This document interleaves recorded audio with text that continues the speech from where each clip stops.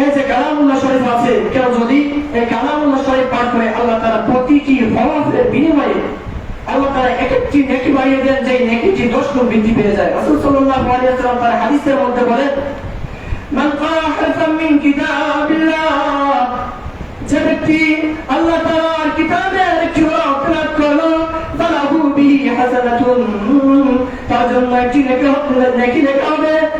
ওয়াল হাসানাতু বিআশরি আমসালিহা, যে একটি নেকি 10 গুণ বৃদ্ধি হবে। রাসূল বলেন, লা আকুলু আলিফ লাম মিম হারফুন, রাসূল বলেন আলিফ লাম মিম, সূরা বাকারা শুরুর মধ্যে যে আলিফ লাম মিম আছে, এই একটি শব্দ, এখানে একটি হরফ নয়, বাল আলিফুন হারফুন, আলিফ একটি হরফ, ওয়া লামুন হারফুন, লাম একটি হরফ, ওয়া মিমুন হারফুন, এক মিম একটি হরফ। এই যে আলিফ লাম মিম আছে, এখানে 3টি হরফ। তাহলে রাসূলের কথা অনুযায়ী কেউ যদি একটি হরফ তেলাওয়াত করে, তাহলে আল্লাহ রাব্বুল আলামিন সেই একটি হরফের বিনিময়ে 10 গুণ বাড়িয়ে দিবেন। এবং এই যে 3টি হরফ কেউ তেলাওয়াত করে, আল্লাহ সুবহানাহু ওয়া তাআলা তার আমলনামায় 30টি নেকি দান করবে। সুবহানাল্লাহ। রাসূল সাল্লাল্লাহু আলাইহি ওয়াসাল্লাম একটি হাদিসের মধ্যে বলেন, ইউকালু লি সাহিবিল কুরআন ইকরা ওয়াত্তাকি ওয়ারাতিল কামা কুনতা তুরাতিল ফাইন্না মানজিলাকা ইনদা আখিরি আয়াতিন তাকরাউহা।